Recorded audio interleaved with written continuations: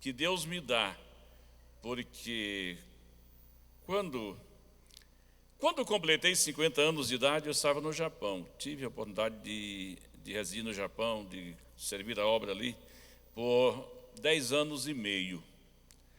Completei 50 anos e pedi a Deus: Senhor, me ajuda a melhorar cada dia na Tua presença. Agora já tenho 50 anos de idade, é uma idade que impõe uma responsabilidade maior do que aquela de quando a gente tem 20 anos ou 30, né? E eu sei que Deus aceitou meu pedido, só que quando estava com 53 anos, eu fui acometido de uma enfermidade, fiz uns exames ali no Japão e o médico constatou que eu não estava, que tinha uma anormalidade nos meus pulmões, e então vim ao Brasil. Tive participando da Convenção Geral em São Paulo, isso foi em 2007, participei da Convenção Geral em São Paulo, tive em uma convenção em Brasília, viajei em algumas regiões do Brasil, participei de um congresso, do Congresso Mundial de Missões das Assembleias de Deus, que foi realizado em Buenos Aires, na Argentina, e estava já com as malas prontas para retornar para o Japão. Ia passar pela República Dominicana, pelos Estados Unidos, e ali seguiria para o Japão. E chegando em Cuiabá, para participar da convenção, participaria da convenção, e já seguiria, terminaria na sexta-feira a convenção, viajaria à noite para o Japão. Mas achei por bem fazer uma consulta, levar aquele exame a uma médica, um médico especialista, pneumatologista. E quando a médica viu aquele exame, ela diz: olha, tem algo anormal, o senhor não pode voltar, precisa se submeter a exames mais detalhados para ver o que é isso. Aí começou aquela dificuldade, né? Primeiro passei por uma ressonância, por uma tomografia computadorizada. Você já entra, pastor João, naquele negócio, naquele tubo que parece um caixão, não é? Foi aquele exame muito doloroso, a aplicação de medicamentos, aquele tal de contraste, e constatou realmente um nódulo no meu, não era propriamente no pulmão, mas na parte chamada mediastino superior. Aí eles pediram uma ressonância magnética, me submeti. E o médico, um presbiteriano, um cirurgião, um neurocirurgião, ele diz: vamos fazer a cirurgia, mas é uma cirurgia de alto risco. Ele diz, uma cirurgia semelhante àquela que o cantor Leandro se submeteu nos Estados Unidos e ele não resistiu. Ele diz: reúna a sua família e vamos confiar que vai dar certo.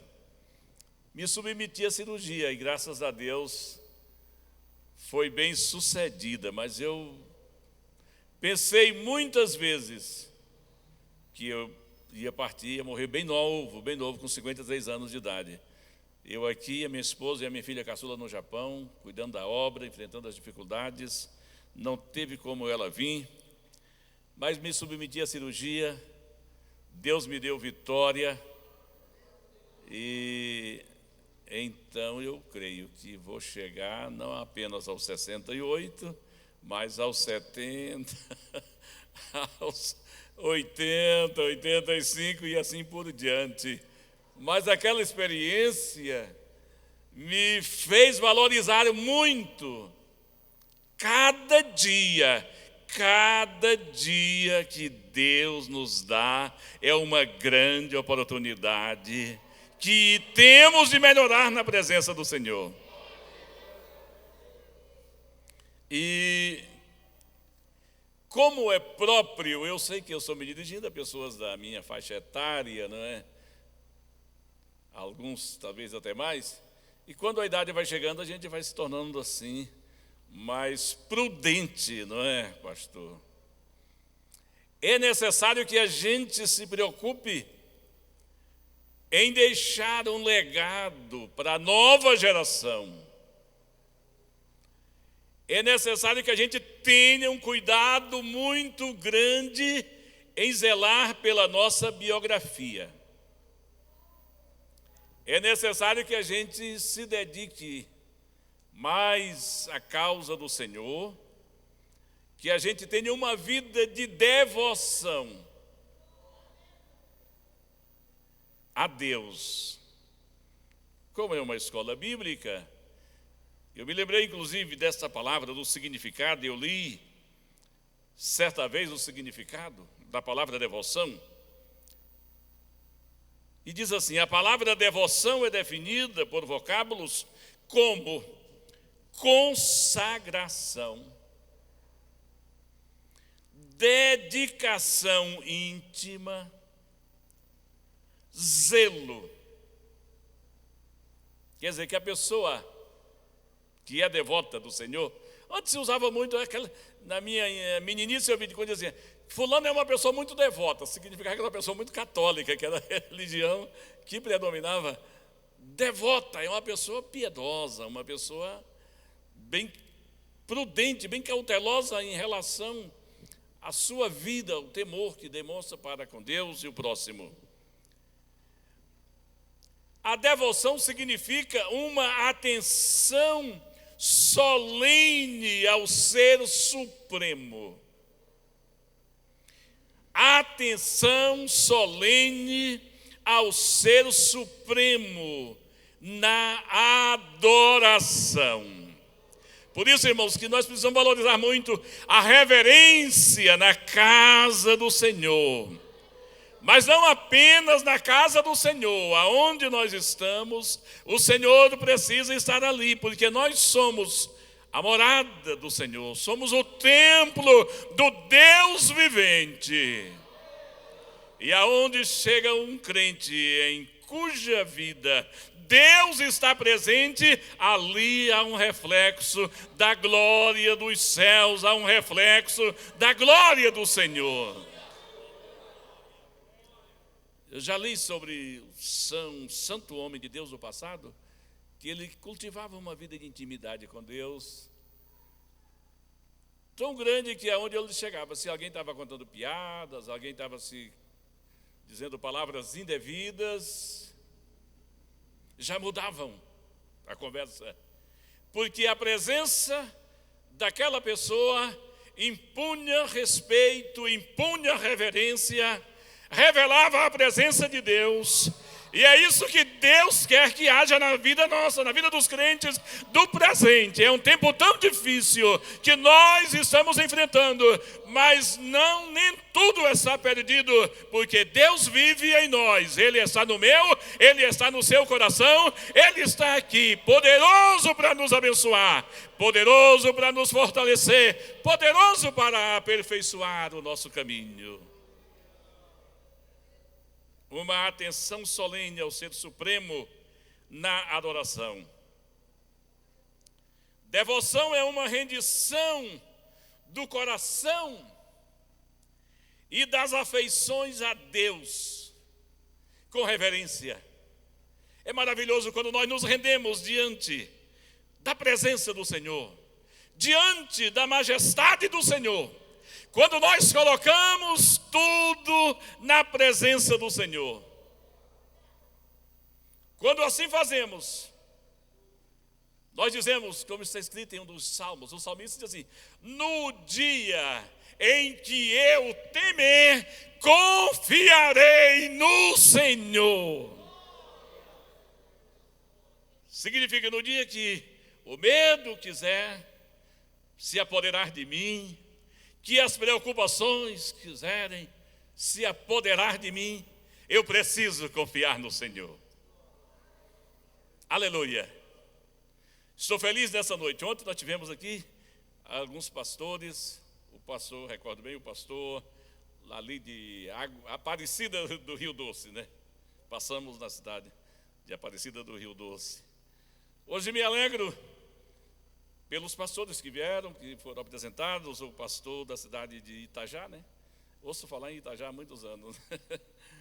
O pastor de Tarumã também ouço falar. Tarumã, há muitos anos. Pastor de Pires do Rio. Tinha vontade de conhecer Pires do Rio, né? Pastor que veio de Portelândia, né? Veio de Professor Jamil, já lá perto de Goiânia, né? Professor Jamil. E de onde mais? Mairipotaba, também ouço falar em Mairipotaba há muitos anos. Me alegro em poder contar com a presença dos senhores, com a presença dos irmãos aqui da região do Sudoeste.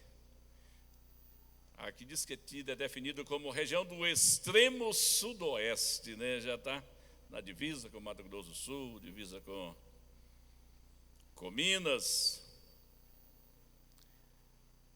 O senhor é de Mairipotaba, né? Tarumã. Então, que se há uma classe especial aqui na terra, é a classe daqueles que se propõem a fazer a obra do Senhor, a pastorear o rebanho do Senhor. É muito grande a nossa responsabilidade. Independentemente da gente pastorear um grande ou um pequeno rebanho. Aliás, na visão de Deus, todas as igrejas são importantes, todas as igrejas são grandes. Às vezes no conceito humano é que há essa diferenciação, mas diante de Deus a responsabilidade é muito grande para nós que temos a missão de pastorear. É uma responsabilidade acompanhada de um grande privilégio, porque muitos gostariam de ter esse privilégio, mas dentre muitos nós fomos agraciados com o privilégio de poder servir a Deus, e precisamos nos esforçar para fazer o melhor. Se alguém quiser fazer relaxadamente, que faça. Se alguém quiser fazer irreverentemente, que faça. Nós temos de nos render diante da majestade do Senhor e fazer o firme propósito de servi-lo com excelência, com qualidade. Nós não podemos fazer a obra do Senhor relaxadamente. Eu nasci, sou de Goiás, do norte de Goiás, aceitei a Jesus ali no Ministério de Madureira, em 74. De 74 a 92, início de 92, eu servi ao Senhor, ligado em Goiânia, no Ministério de Madureira. Depois mudei para Cuiabá, fui trabalhar com o pastor Sebastião. Hoje a minha vida aqui no Mato Grosso já superou. Eu trabalhei 17 anos lá, e aqui já vai para 30 e tantos ainda. Já sou bem cuiabano, bem mato-grossense, porque já há muitos anos estou em Mato Grosso. Mas eu lembro, por exemplo, a primeira convenção que eu participei, ali estava o pastor Neemias, que naquela época era pastor em Santa Helena, em 75, né? Depois eu lembro, em Goiânia, em uma convenção, ou em um congresso de missões, eu lembro que foram os pastores aqui do Sudoeste, o pastor Alvino, e recordo do pastor Salatiel, que já era pastor já em Quirinópolis naquela época, né? Mas eu nunca tinha tido assim a oportunidade. Eu lembro do pastor que foi aqui da região, o pastor Salviano, né? Conheci ali em Cuiabá. Mas nunca tinha tido a oportunidade em cultuar aqui em uma das igrejas da região sudoeste, ligadas. Naquele tempo não tinha ainda a convenção em Rio Verde, depois foi criado, né? A Cadesgo, né? E estou gostando tanto de estar entre os irmãos, que se Deus permitir eu vou vir. Cadê o irmão Rocha? O irmão José Rocha. Conversei com ele ontem. Ele me falando daqui, pioneiro, o pai foi pioneiro, sua irmã me saudou também, pioneiro aqui. E o pastor, que eu não conheço bem, mas só de nome o pastor Jailton, que hoje é o presidente.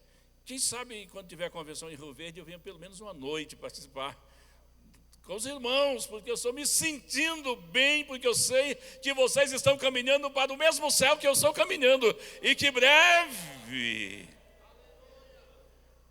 vai terminar a nossa caminhada aqui, não é, irmãos? Para muitos, nesses 3 anos, últimos 3 anos, a caminhada terminou, né? Quantos partiram? E Deus nos deixou aqui, porque com certeza Ele tem propósito conosco. Por isso que cada dia nós devemos valorizar. Por isso que cada dia nós devemos nos devotar mais à causa do Senhor.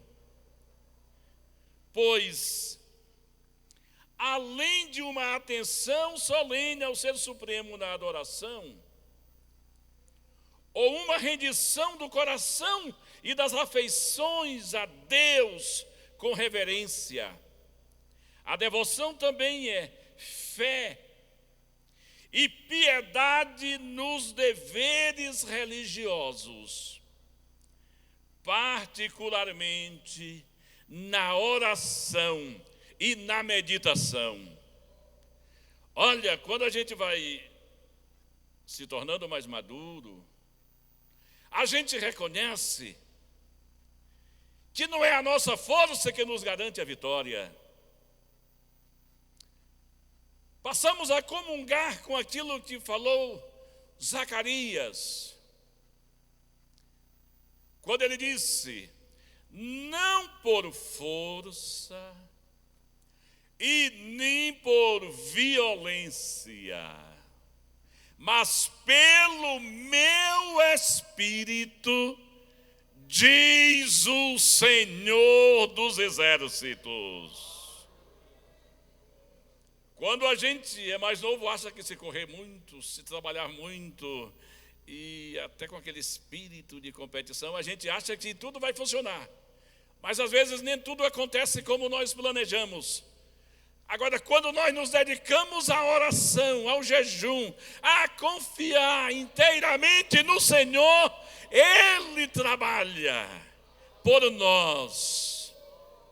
Pois, como disse alguém, diz: é muito bom a gente trabalhar para Deus, mas melhor ainda é a gente trabalhar com Deus.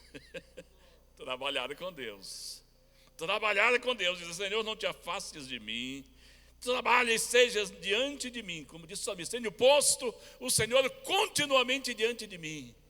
Portanto está alegre o meu coração e se regozija a minha alma. Oh, glória a Deus! É muito bom a gente trabalhar sentindo o Senhor ao lado. Como seria maravilhoso se tivéssemos o privilégio de vê-lo face a face, com os nossos olhos carnais, contemplar a glória do Senhor. Nós daríamos a Ele um abraço e diríamos a Ele: a Tua presença é tudo o que eu necessito para ter um ministério bem-sucedido, para ter um ministério confirmado. Portanto, nesta noite, irmão, sinta a presença do Senhor ao seu lado. Não trabalhe sozinho, mas trabalhe com o Senhor. Ele está aqui para fazer maravilhas. Ele está aqui para repreender o desânimo, a fraqueza. Ele está aqui como médico por excelência. Ele está aqui nesta casa para ministrar aquilo que nós necessitamos. Oh, aleluia! Devoção.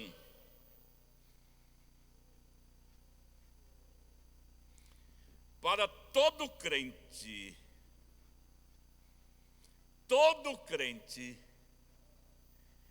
e particularmente para o pastor,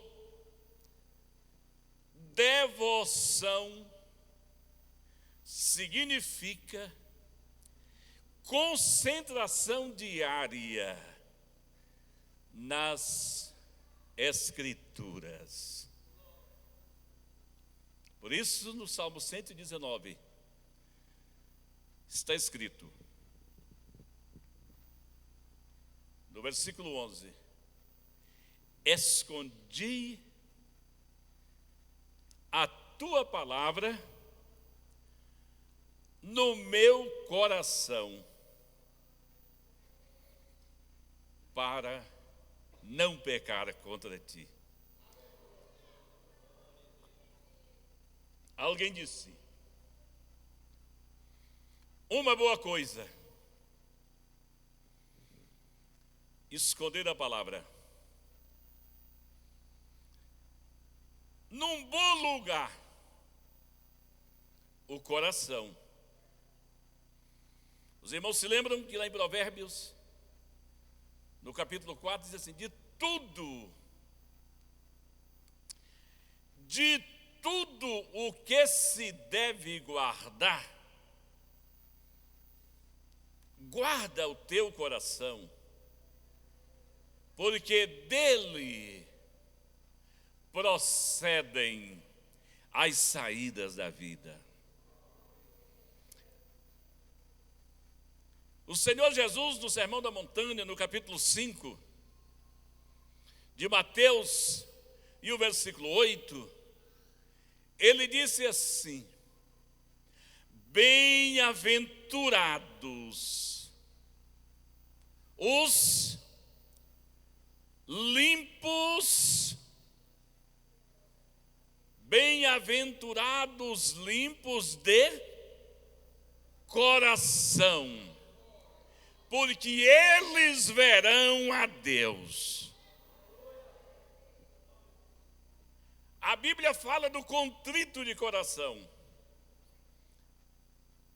E o Senhor diz, num santo e sublime lugar habito, e também com os humildes e contritos de coração. Se você está aqui nesta noite com seu coração limpo, com o seu coração quebrantado, há lugar, o cenário está preparado para uma habitação permanente da presença e da glória do Senhor.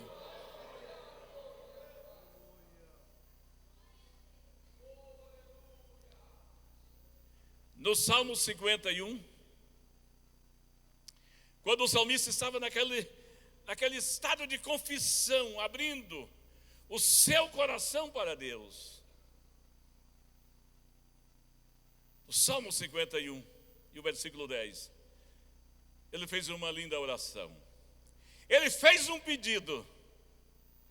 E como é maravilhoso quando nós nos aproximamos do Senhor, fundamentados na sua palavra, e fazemos alguns pedidos a Ele. E às vezes a gente diz ao Senhor, eu sei que Tu és tão maravilhoso. Eu não sou tão bom, Senhor, mas Tu és bom, Tu és maravilhoso. E eu te dou graças porque Tu me ouves, Tu me respondes, não é? Aleluia! Quantos aqui têm experiência da resposta da oração? Quantos aí têm experiência da resposta da oração? A palavra de Deus continua ainda sendo fiel, infalível. E o que diz lá em Jeremias 33:3? Lá diz assim, clama, o Senhor diz, clama a mim. E o que vai acontecer?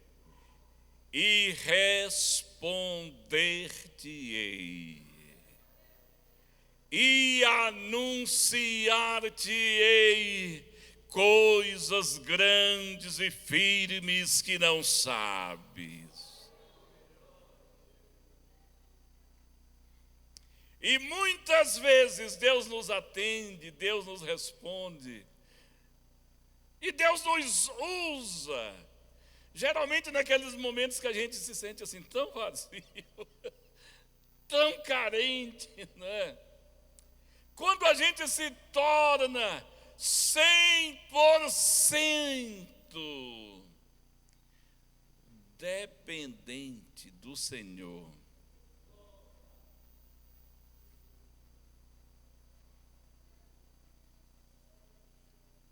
Às vezes quando você diz assim, agora eu vou pregar e coisas grandes vão acontecer. Às vezes quando vem a frustração. Não, isso já aconteceu isso com cada um de nós, né? Já ouviram falar daquele moço? Que ele estava muito impaciente, dizia, eu não vejo a hora. Eu não vejo a hora de eu pregar, eu não estou suportando esses pregadores. Eles estão muito vazios, eles estão muito superficiais. E chegou ao conhecimento do pastor. Alguém disse, olha, o fulano, ele disse que está cheio de mensagem, cheio de desejo de pregar. Ele sabe que no dia que ele for pregar, coisas extraordinárias vão acontecer na igreja. E o pastor, então, um dia deu a oportunidade para aquele jovem autoconfiante pregar. E ele veio de peito erguido, nariz empinado, saudou a igreja, e aí Deus fechou a mente e a boca dele. E ele ficou lá, o que eu vou falar, o que eu vou dizer? Olha, quando Deus quer dar, Ele dá, mas quando Ele não quer, Ele fecha a porta da revelação. Ele é o dono da obra. É por isso que nós pentecostais, nós cultivamos o hábito da oração, para que Deus nos abra a porta. Paulo, escrevendo aos Efésios, ele diz, orando em todo o tempo, com toda a oração e súplica no Espírito, e vigiando nisso com toda perseverança. E ele diz, não esqueçam de orar por mim, e também por mim, para que me seja dada, no abrir da minha boca, a palavra com confiança, para fazer notório o mistério do Evangelho, pelo qual sou embaixador em cadeias. E agora, nesse instante, Deus me dá a autoridade de orar pelos obreiros e ordenar que a porta da palavra se abra para você, que está sentindo necessidade de mensagem. Eis que Deus coloca palavras ferventes em tua boca. Ele te dará mensagens inspiradas e autoritárias da graça e do poder do Espírito Santo. E tu verás que vai acontecer, e orando também por mim. E também por mim, para que me seja dado, no abrir da minha boca,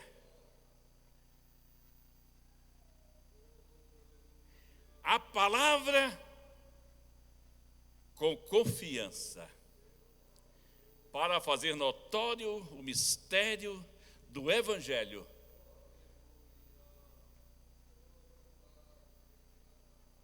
pelo qual estou preso, pelo qual sou embaixador. Oh, como é maravilhoso, né? Como é maravilhoso servir a Deus.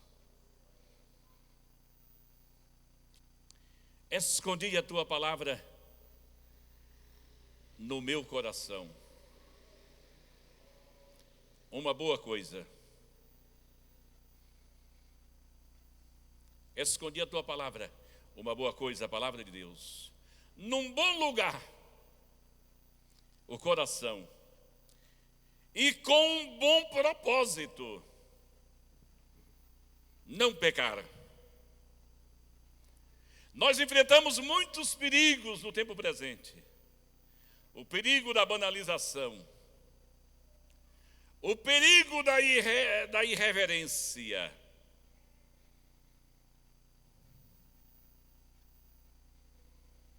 muitos perigos. E às vezes até um desejo de estar imitando aqueles que fracassam. Não, eu vou fazer isso, todo mundo faz, porque eu não posso fazer. Nada disso. O saudoso pastor Lourenço Orso, que os irmãos de mais idade, ouviram aquela carta que a mãe dele escreveu para ele, quando ele tinha 3 anos de idade. Já na sua juventude, a mãe partiu para a eternidade e ele descobriu aquela carta. E ele leu aquela carta. E na carta a mãe já advertia: meu filhinho, hoje, enquanto escrevo esta carta, estou olhando para ti e vejo a pureza estampada no teu semblante. Eu me preocupo, filhinho, porque os anos virão, a juventude virá, as tentações virão sobre ti para te macular, para manchar a tua pureza, a tua vida. Mas quero te advertir, meu filho, não cedas à tentação. Não cedas à tentação. Quero que você se lembre de uma coisa: o peixe morto é levado pela correnteza, mas o peixe vivo, ele anda contra a correnteza. Você não tem que se inspirar em quem fracassa. Você tem de se inspirar em quem tem demonstrado uma vida de amor, de dedicação e de fidelidade a Deus. Uma vida de devoção a Deus. Uma vida de reverência a Deus. Para esses você deve atentar e você deve se inspirar.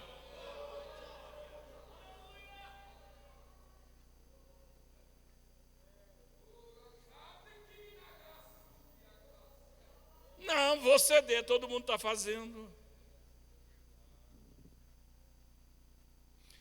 Não faz muito tempo,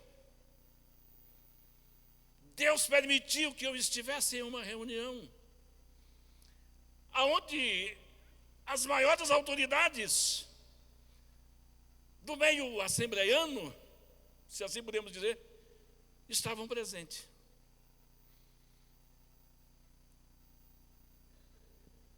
Deus me deu uma palavra. Eu falei: mas eu falo ou não falo? Deus disse: fala.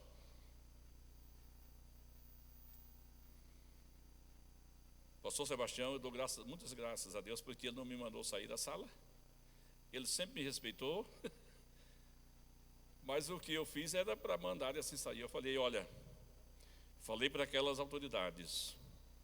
Falei: Deus não está satisfeito com o que estão fazendo com a igreja dele, com a inversão de valores. Eu falei: eu estou consciente que estou na contramão.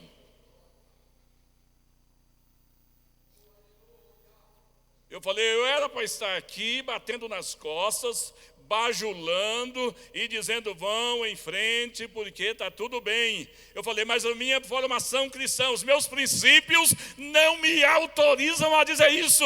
Há necessidade de uma reflexão, de uma mudança e de se voltar a buscar a Deus com mais reverência e de se deixar de pensar nas coisas deste mundo, a política eclesiástica e até a política secular, que estão prejudicando o nível da espiritualidade da igreja. Temos deixado de olhar para Deus e estamos em busca de coisas aqui desta vida.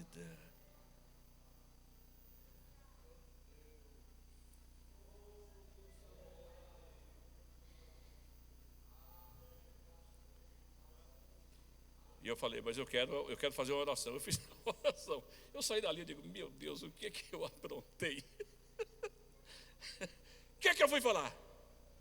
Só que falou Jesus: se eu falei aquilo que eu devia falar, não me dê mais oportunidades e tira de mim a alegria e a inspiração. Mas quando Deus te chama para uma missão, você tem de desempenhá-la fielmente. Jesus é maravilhoso. Eu recordo do que Deus me falou no início, eu ainda bem jovem, ali na região de Gurupi. Deus falou certa vez comigo: fica na minha presença, continua assim, Fala aquilo que eu colocar, que eu mandar te falar. Fala. Faz aquilo que o meu espírito direcionar a fazer. Diz, porque eu vou te usar para falar com os grandes. Não os grandes desse mundo, mas os grandes da minha casa. E hoje eu posso dizer, eu posso testificar, Deus já me deu oportunidades para falar com os grandes da casa dele. Aleluia! E Deus quer que creiamos que Ele tem uma tarefa para cada um de nós. Para cada um de nós já tem uma missão. E é maravilhoso quando nós nos submetemos à vontade do Senhor.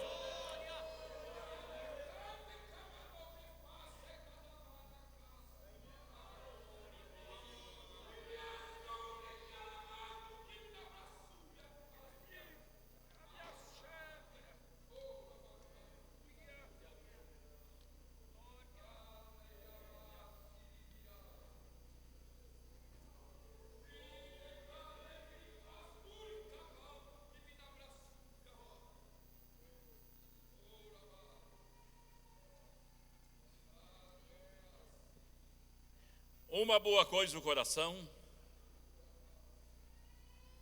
uma boa coisa a palavra de Deus, um bom lugar o coração com um bom propósito. Não pecar contra Deus. Mas eu dizia do pedido do salmista Davi no Salmo 51. Ele diz, cria em mim, ó Deus. Cria em mim, ó Deus, um coração puro.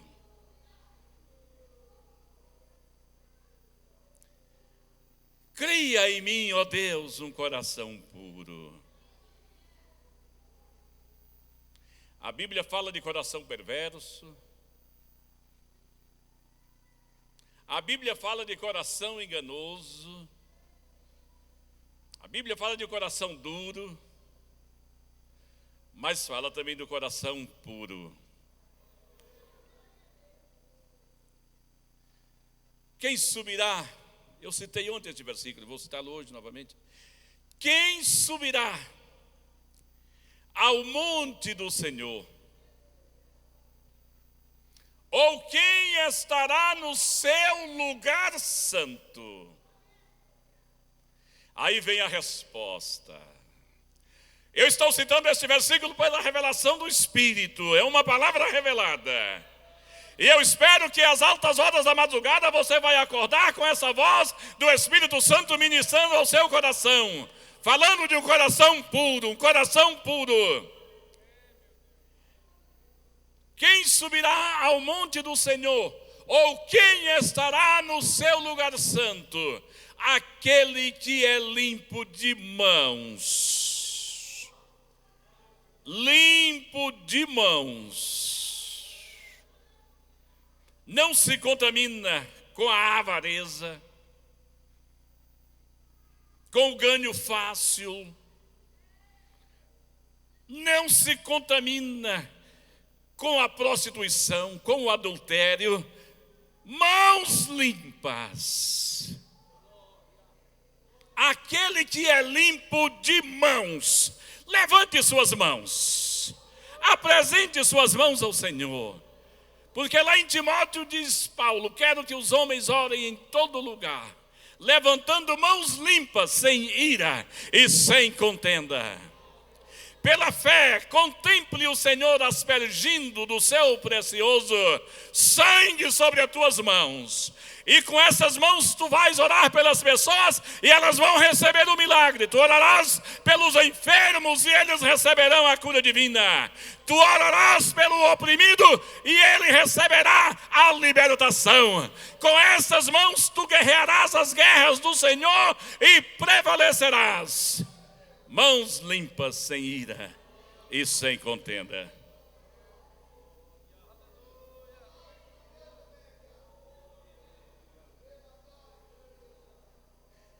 Cria em mim, ó Deus. Cria em mim um coração puro.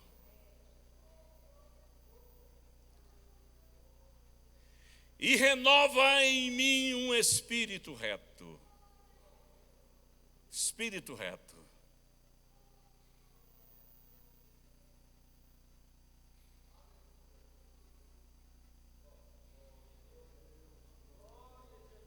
E ele prossegue orando: torna a dar-me a alegria da tua salvação.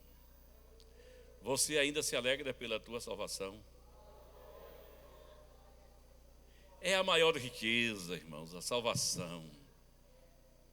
É a paz que Deus nos dá. Lá em Romanos 5 diz: sendo, pois, justificados pela fé, temos paz com Deus.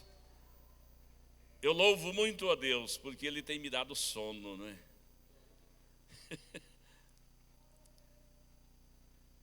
Chego da igreja, vou deitar e eu já falo: em paz me deitarei e dormirei, porque só Tu, Senhor, me fazes repousar em segurança. Alguém já me perguntou: o senhor não passa lutas? O senhor não vive falando de lutas? Eu falo: as coisas de Deus são tão maravilhosas que eu não tenho tempo. Não tenho tempo de estar falando das lutas. As lutas vêm, a gente entrega ao Jesus, administra, cuida. É Ele quem cuida. À noite você ora: em paz me deitarei e dormirei, porque só Tu, Senhor, me fazes repousar em segurança. Salmo 4, versículo 8. Pela manhã você acorda, naquele horário que Deus vai te despertar para você orar. Aí você vai dizer: em paz me deitei e acordei. Em paz me deitei, dormi e acordei, porque o Senhor me sustentou. Veja aí se é no Salmo 3 e o 7.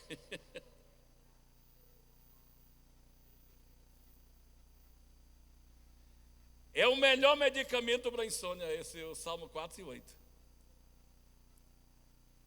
Em paz, vamos recitar. Em paz me deitarei e dormirei, porque só Tu, Senhor, me fazes repousar em segurança. E o 3 e 7, como diz, Salmo 3, versículo 7. É 3 e 5. Eu me deitei, dormi, acordei, porque o Senhor me sustentou. Você sabia que Deus te trouxe aqui nessa noite para ouvir esses versículos?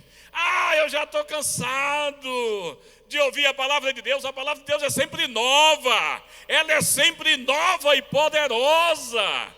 Toda a escritura divinamente inspirada é proveitosa para corrigir, para redarguir, para instruir, a fim de que o homem de Deus seja perfeito e perfeitamente habilitado para toda boa obra. Quantos trouxeram a Bíblia? Vamos ler a Bíblia. Vamos ler a Bíblia. Alguém disse o seguinte: ou este livro me afasta do pecado, porque a missão da palavra de Deus é nos afastar do pecado. É uma palavra que é poderosíssima para a nossa santificação. Jesus diz: santifica-os na verdade. A tua palavra é a verdade. E Jesus falando para os discípulos, ele disse: vós já estáis limpos pela palavra que vos tenho falado. Ou este livro me afasta do pecado,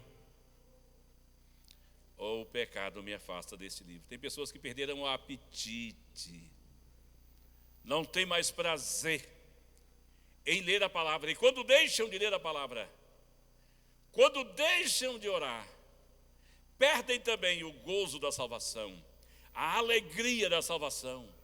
Por isso que o salmista diz: cria em mim, ó Deus, um coração puro e renova em mim um espírito reto. Não me lances fora da tua presença e nem retires de mim o teu Espírito Santo.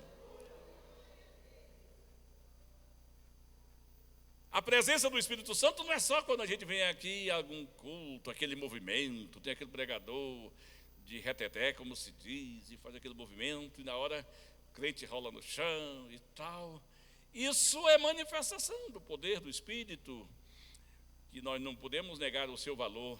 Mas aqui a presença, não retires de mim o teu Espírito Santo, é a presença dele continuamente na nossa vida. É a presença constante. Torna a dar-me. É o que nós às vezes não queremos admitir e não oramos às vezes.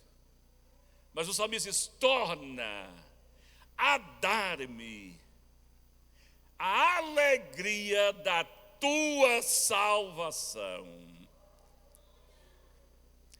Tem pessoas que têm sido agraciadas com bênçãos inumeráveis, com casas boas, com fazendas, com saúde, com dinheiro,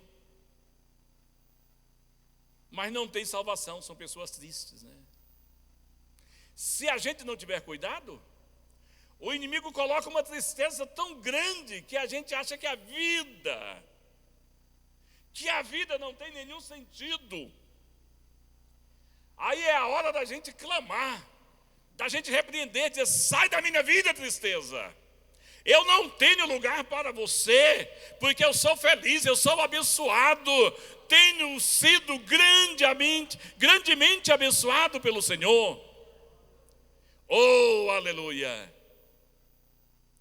Nós devemos pedir, para usar aqui a definição do escritor da carta aos Hebreus, ele falou o seguinte, ele citou um dos salmos, e ele disse assim, eu vou ler esse versículo, porque não estava programado, mas vou lê-lo, porque eu creio que através dele, Deus vai falar comigo e com você. Irmãos, não queiram avaliar, não queiram saber o quanto a palavra de Deus é poderosa. Você está aqui porque você tem vindo aos cultos. Cada vez que você vem ao culto e ouve a palavra do Senhor, você é fortalecido. A igreja nasce como resultado da pregação. É por isso que a igreja tem de orar pelos pregadores, para que eles preguem na orientação do Espírito Santo, porque a palavra de Deus pregada, ela tem grande efeito. Quando a palavra de Deus é ministrada na unção e na orientação do Espírito Santo, os enfermos são curados.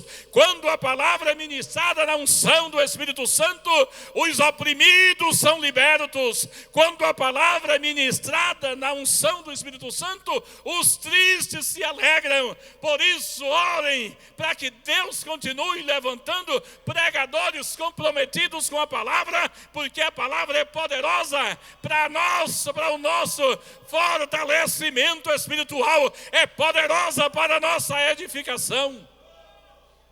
A palavra é poderosa para levantar o caído, ela é poderosa para fortalecer o fraco, poderosa para libertar o oprimido, poderosa para alegrar o triste.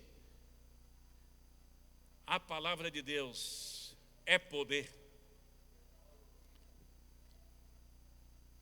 E aqui diz, Hebreus capítulo 1, versículo 9.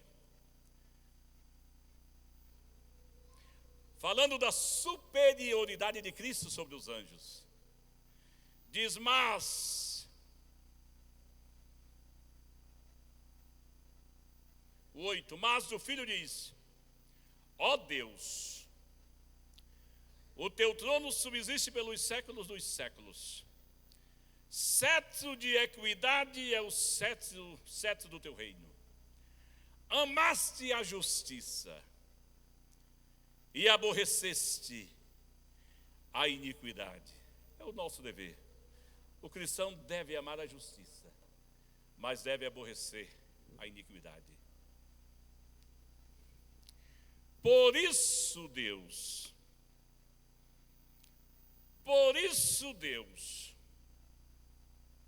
aqui está falando de Jesus. Por isso Deus, o teu Deus, o Pai, o teu Deus te ungiu com o quê?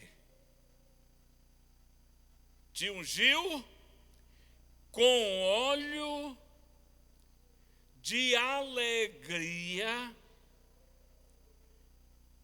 mais do que aos teus companheiros. Nós estamos aqui com muito temor e muita reverência na casa de Deus. Eu estou aqui com muito temor e muita reverência, ocupando este púlpito. Mas como alguém que está ocupando o mesmo e falando em nome do Senhor, eu ordeno que tu sejas ungido nesta noite com o óleo da alegria.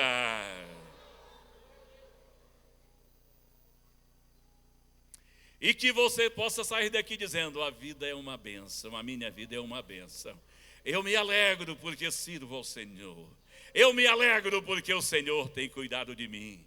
Mesmo que você seja desprovido de bens materiais, você pode dizer, sou pobre e necessitado, mas o Senhor cuida de mim.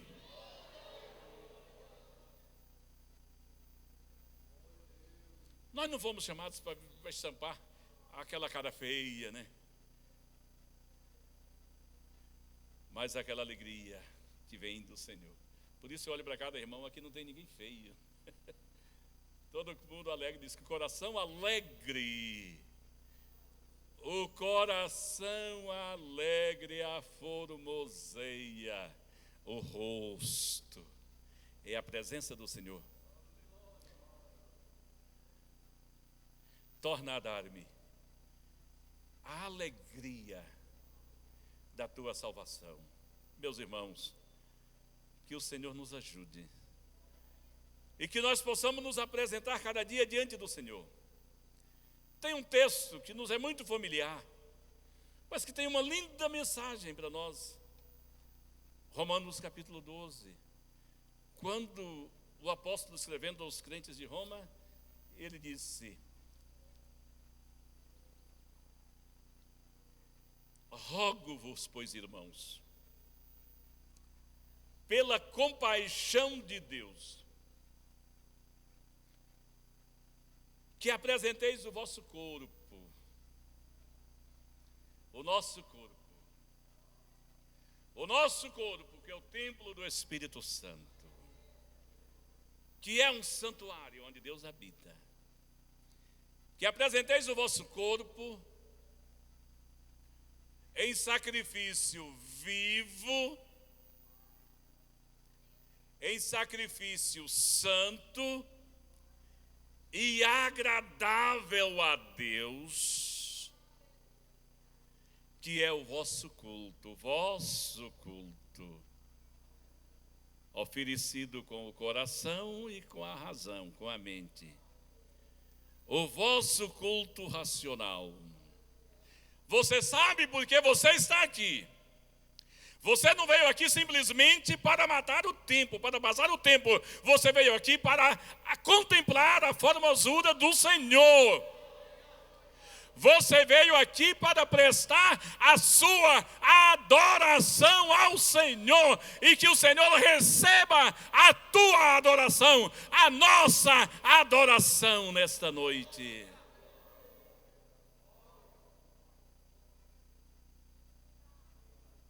Eu estou feliz pelo que eu vejo aqui em Caçu. A reverência, não estou vendo ninguém está se locomovendo, ninguém está conversando. Todos atentos. Não é atentos no pregador, é atentos à majestade santa de Deus. Atentos à palavra, ao valor que a palavra merece. Apresenteis o vosso corpo em sacrifício vivo, santo e agradável a Deus, que é o vosso culto. Você vai chegar na sua casa, se tiver a oportunidade, não tiver de regime, vai participar de um lanche, vai deitar e dizer: te dou graças, Senhor, porque fui à tua casa oferecer o meu culto, fui à tua casa cultuar, ofereci o meu culto. Diante disso, Senhor, em paz me deitarei e dormirei, porque só tu me fazes repousar em segurança.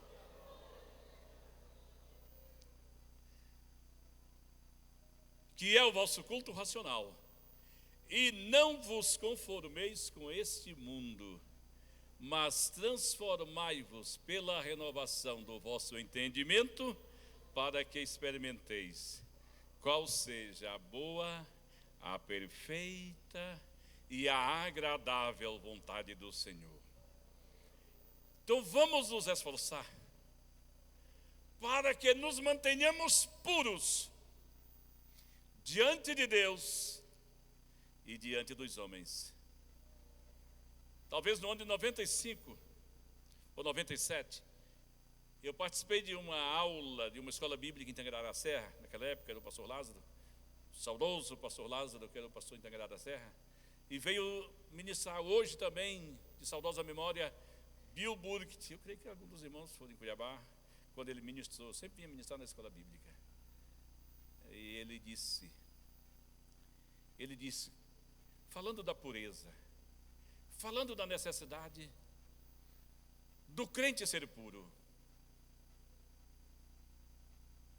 e ele bateu no esboço e disse: como manter-se puro? Não, como ser bem-sucedido no ministério. Ele estava falando para jovens. Segredos para ser bem-sucedido no ministério. Ele diz: o primeiro segredo, manter-se puro.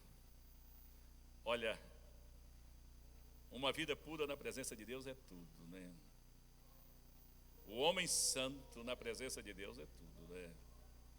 Quando o homem descuida e vacila, ele nunca mais tem aquela autoridade que ele tinha outrora, né? Mantenha-se puro. Segundo segredo, mantenha-se humilde. Eu percebo que você tem uma chamada. Como é o teu nome? San Diego. Eu percebo que você tem uma chamada, tem o desejo de servir a Deus, não é? Mantenha-se puro. Segundo segredo, mantenha-se humilde. Reconheça que tudo quanto você faz, tudo quanto você alcança, é pela misericórdia do Senhor, é o poder de Deus, é através de você. Mantenha-se puro, mantenha-se humilde e mantenha-se amável. Mas hoje em dia o cuidado é muito grande. Tem gente que é tão amoroso, tem irmãos que são tão amorosos, quando vê a irmã já dá aquele abraço, deixa de abraçar a esposa e vai abraçando as outras. Isso não é bom. Afinal, hoje em dia, nem os homens não é bom se estar abraçando, tem de manter distância. Eu morei no Japão, é incrível o estilo do japonês.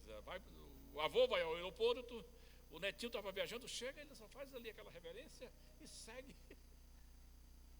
Nós ocidentais temos o costume, somos mais afetivos, mas precisamos hoje em dia de muito cuidado. Mantenha-se puro, mantenha-se humilde, mantenha-se amável e você verá o que Deus vai fazer na sua vida, na nossa vida e na vida da igreja. Coloque-se de pé.